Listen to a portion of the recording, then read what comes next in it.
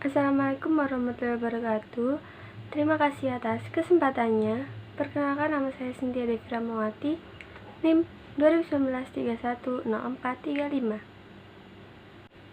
Di sini saya akan menjelaskan tentang proses costing.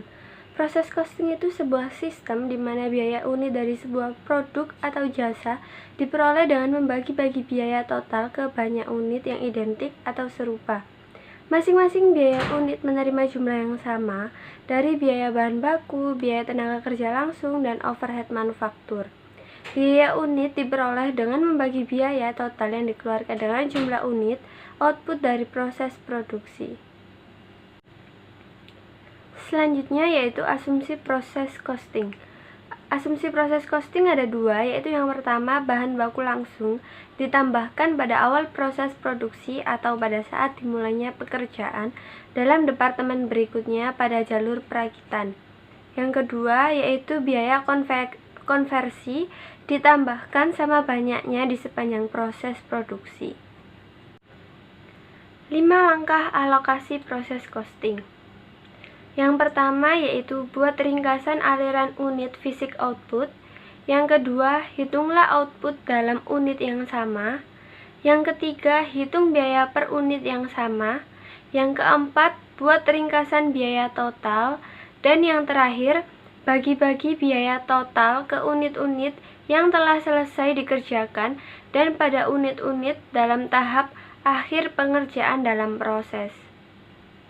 Baik, terima kasih atas kesempatannya. Di sini saya Andrea Satitandayani dengan NIM 2019 310438. Di sini saya akan menjelaskan tentang unit-unit yang sama atau ekuivalen, yaitu jumlah turunan output unit yang merupakan kuantitas dari masing-masing input dalam unit yang telah selesai dikerjakan dan dalam unit yang belum selesai dikerjakan dalam pekerjaan dan dalam proses dengan mengubah kuantitas input ke dalam jumlah unit output yang sudah selesai dan dapat diproduksi dengan kuantitas input itu. Selanjutnya dihitung secara terpisah untuk masing-masing input, yaitu bahan baku langsung dan biaya konversi. Selanjutnya saya akan menjelaskan tentang metode proses costing, yaitu rata-rata tertimbang, yaitu menghitung biaya per unit yang sama dari semua pekerjaan yang sudah selesai hingga hari ini dan tidak mempedulikan periode akunting kapan pada saat pekerjaan tersebut selesai. Selanjutnya yaitu membebankan biaya pada unit-unit ekuivalen yang sudah selesai dan mentransfer prosesnya keluar, dan pada unit yang belum selesai yang masih diproses. Assalamualaikum warahmatullahi wabarakatuh. Terima kasih atas kesempatannya. Perkenalkan, nama saya Tri Nur Samah, NIM saya 2019 310441. Baik, di sini saya akan menjelaskan tentang metode proses costing rata-rata tertimbang. Biaya rata-rata tertimbang adalah jumlah total dari semua biaya dalam akun pekerjaan dalam proses dibagi dengan unit ekuivalen total pekerjaan yang sudah selesai hingga hari ini. Lalu, saldo awal akun pekerjaan dalam proses pekerjaan yang sudah selesai dalam periode sebelumnya dicampur dengan periode biaya berjalan. Lalu, metode rata-rata tertimbang itu dibagi menjadi 5, yaitu meringkas output, yang kedua menghitung unit ekuivalen, yang ketiga menghitung biaya per unit langkah, lalu keempat meringkas biaya total, dan kelima membagi dua bagian ke unit yang sudah selesai dan tahap akhir pekerjaan dalam proses hasil proses seperti sebelumnya.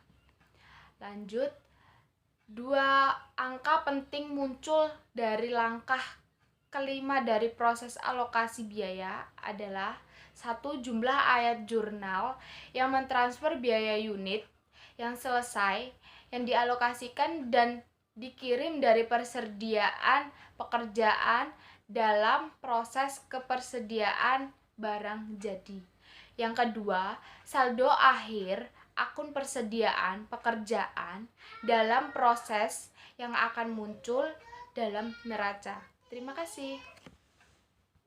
Assalamualaikum warahmatullahi wabarakatuh. Terima kasih atas kesempatannya. Perkenalkan, nama saya Nur Rohmah dengan NIM 2019-310442. Saya dari kelompok 4. Di sini saya akan menjelaskan tentang standar costing dan proses costing. Yang pertama yaitu tim dari insinyur, desain dan proses personil, operasi dan akuntan manajemen bekerja sama untuk menentukan standar cost terpisah per unit ekuivalen berdasarkan spesifik proses teknisi yang berbeda dari setiap produk.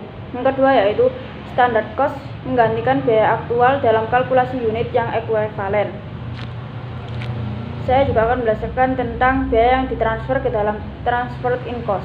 Yang pertama yaitu biaya yang diperlukan oleh departemen sebelumnya yang terbawa sebagai biaya produk ketika produk itu bergerak memasuki proses berikutnya dalam siklus produksi. Yang kedua yaitu juga disebut sebagai biaya departemen sebelumnya. Di sini saya juga akan menjelaskan tentang biaya yang transfer ke dalam. Nama lainnya yaitu transferred in cost. Yang pertama yaitu ayat jurnal dibuat untuk menyamai kemajuan dalam produksi dari departemen ke satu ke departemen yang lain. Yang kedua yaitu biaya yang ditransfer ke dalam. Transferred in cost diperlukan seolah-olah biaya itu adalah jenis bahan baku langsung yang terpisah dan ditambahkan pada awal proses. Terima kasih. Wassalamualaikum warahmatullahi wabarakatuh.